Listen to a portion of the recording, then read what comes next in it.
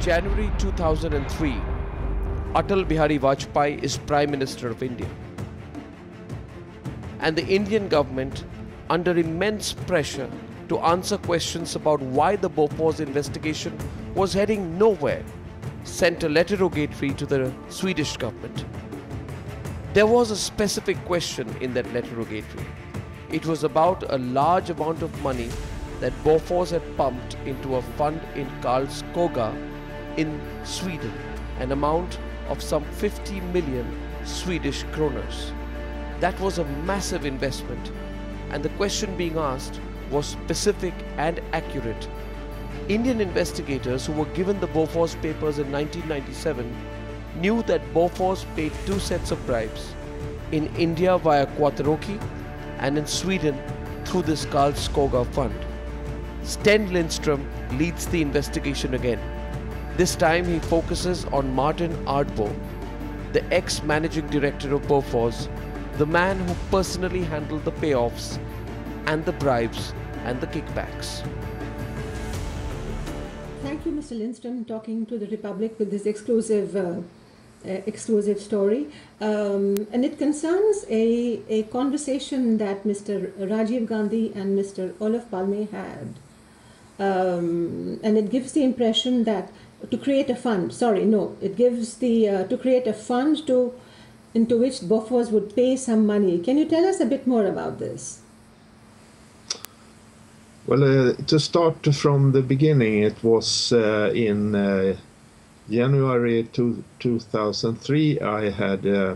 We had a letter of rogatory from the Indian authorities to answer some questions about Bofors funds into the Bergslagsfonden. It's a region in Sweden where Karlskoga and the Bofors factory was situated. And to that end, I traveled to Örebro, where the board of this foundation is situated, and got some information that I made a statement of and sent through the prosecutor in Stockholm, Sweden, for further transfer to the authorities in India. And in connection with that, I was trying to get in contact with Martin Ardbo to ask him about the Bergslagsfonden as well. And I got an answer from his lawyers that Mr. Ardbo was very sick. He was undergoing treatment against cancer, and he couldn't come to an interview with me. So he was out of the question. He had a doctor. So just for the sake of our viewers, I'm sorry to interject, but for people who do not know the history, and I will come to it in a bit, Martin Ardbo was then the point person for the entire Bofors India contract. I mean, it was he who knew who were the middlemen, who was paid. So in some ways, he was the know-all and do-all person for Bofors for this contract, right? Yes. He was, yes. Mm. And so you were saying that you got a contact. Yes, but we didn't go any further with Mr. Ardbo then.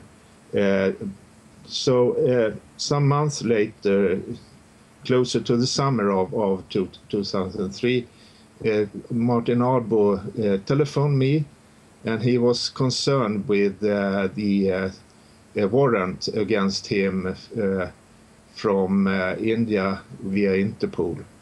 And he was afraid to be apprehended if he moved out of Sweden. And Mr. Ardbo was an eager sailor, and he wanted to have some last sailing trips to Finland and so on. So he asked me if there was any possibility to lift the warrant against him. I told him that was not my decision. He had to ask the authorities in India about that. They were the one who had issued the warrant. So in the connection with that, I asked him now when he, according to the lawyers, were dying soon, how he was, what his position was in this question about, the entering in his diary about if this come into light, yes. the government will that fall. He would take the truth with him to the grave, because if he spoke, the government would fall.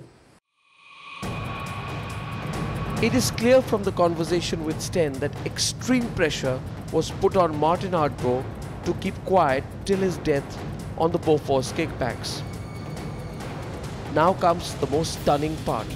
Sten tells Chitra that the person who told Olof Palme to receive funds from Bofors as a counterweight to payments in India was the then Prime Minister of India, Rajiv Gandhi.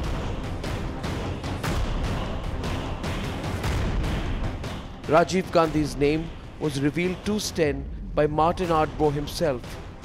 According to Sten, Ardbo told him that Rajiv Gandhi suggested the quid pro quo on a flight with Palme in January 1986. Hear it now in Sten's own words. That he would take the truth with him to the grave, because if he spoke, the government would fall. Yeah, yes, that. And he said that he had been on a flight from India early 1986, and on that flight Olof Palme and President Rajiv Gandhi had been as well, and they had discussed payments because Rajiv Gandhi wanted Mr. Palme to receive funds from Bofors for purpose of his own, whatever.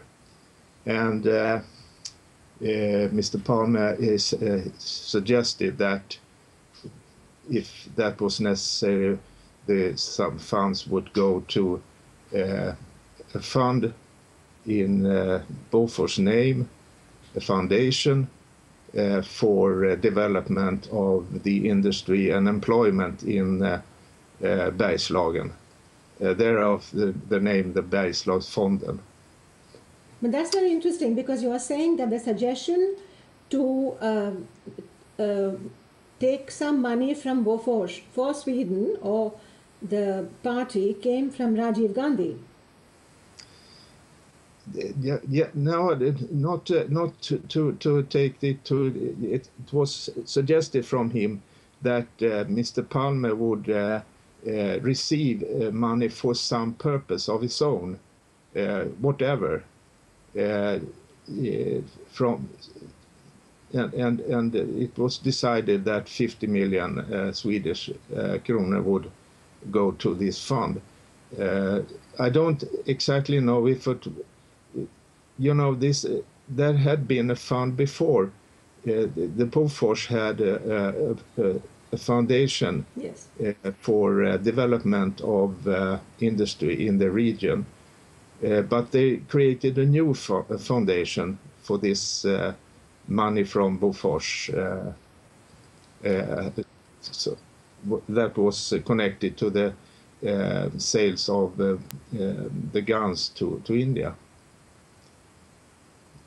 You understand? Well, this is quite big because, on the story, Mr. Lindström, there's always been a suspicion that there was some money is being paid back to Sweden. And this is the first time that what you are saying makes that link. It's never been made before. No, No, it hasn't, but there has been as you say, a suspicion that was in some way it was done. And this might be the explanation then.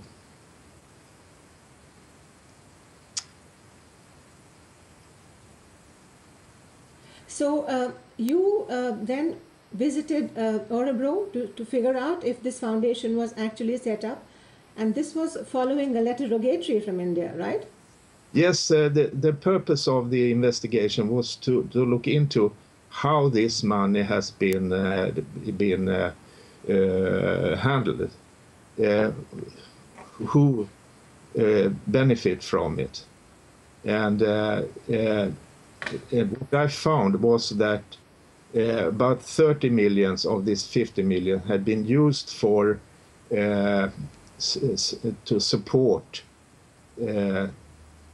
some factories and workshops in the region of Bergslagen. So it was used as it was statued in the statute of the foundation.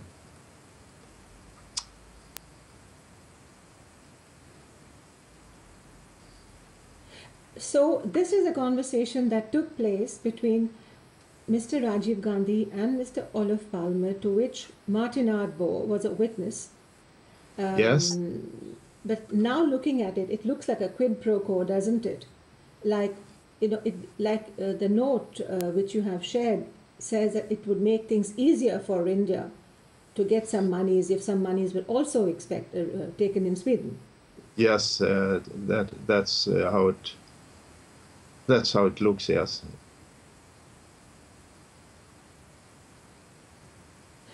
Subsequently, there was also an interview with Mr. Carl-Johan Åberg, the State Secretary.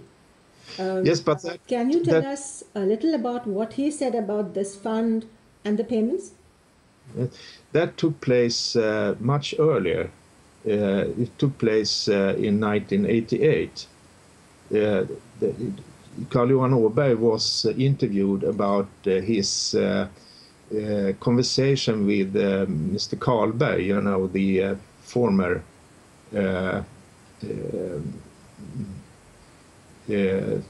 president of Bofors,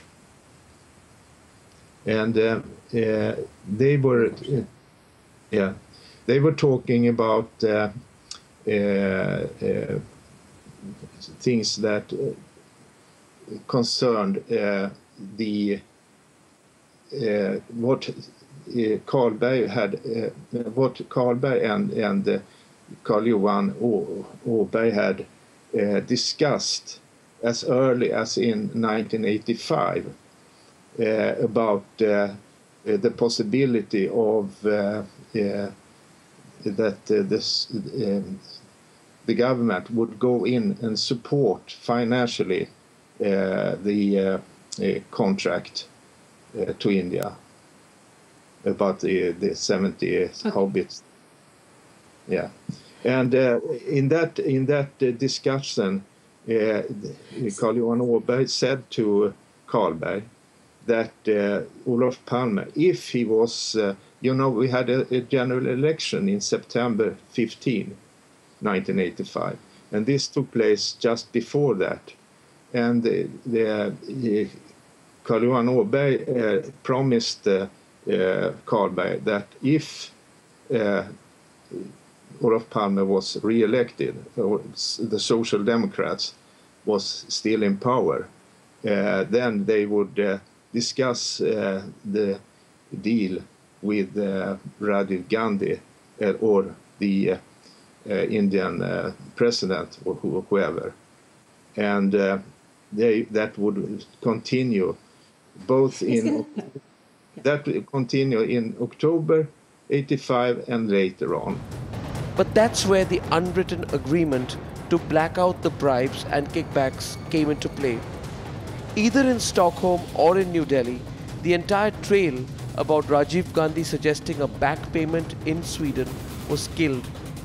Listen to this part now, and hear today from the man who was the main investigator in Bofors how nobody followed up on that massive lead regarding Rajiv Gandhi's role.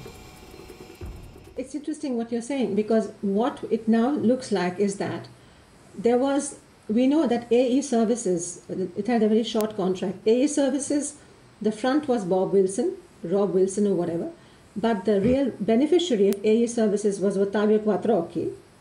And yes. So that contract was time bound. It said, as you know, it said in 3 months, if we don't get this, if by the end of April we don't get the contract, we don't get paid. Now that's, as you said, a political payment.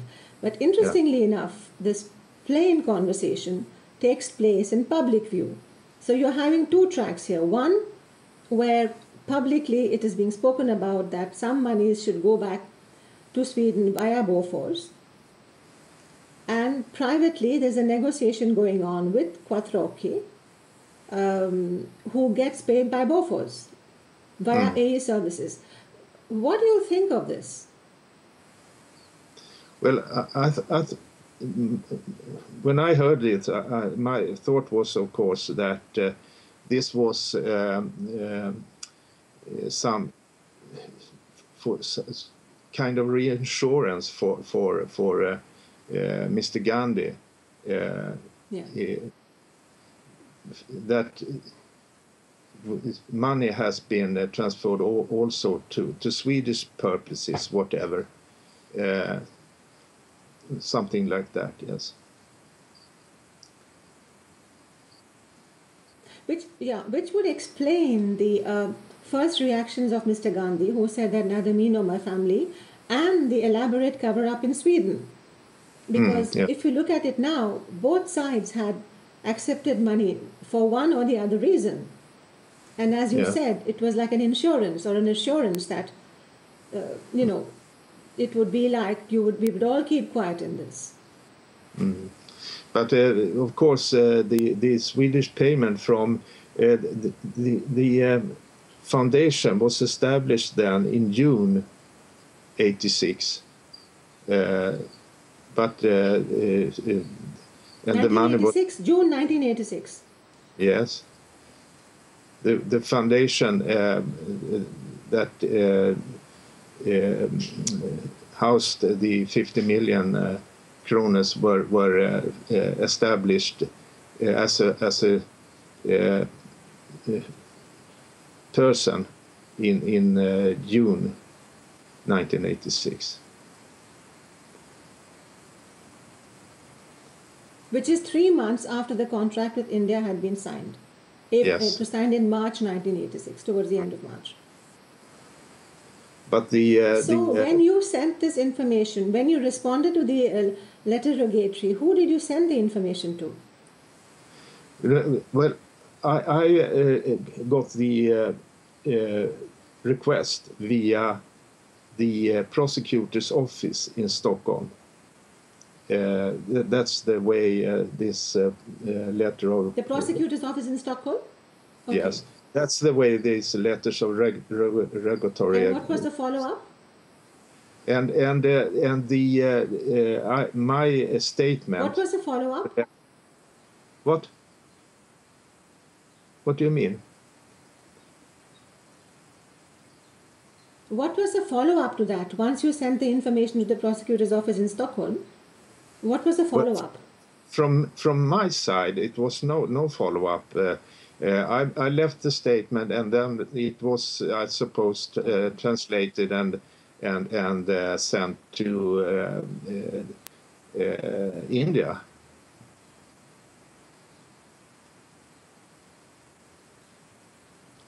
Has any Indian investigator over the last 30 years, and I'm talking of any investigator once the official process was launched, has anyone got in touch with you?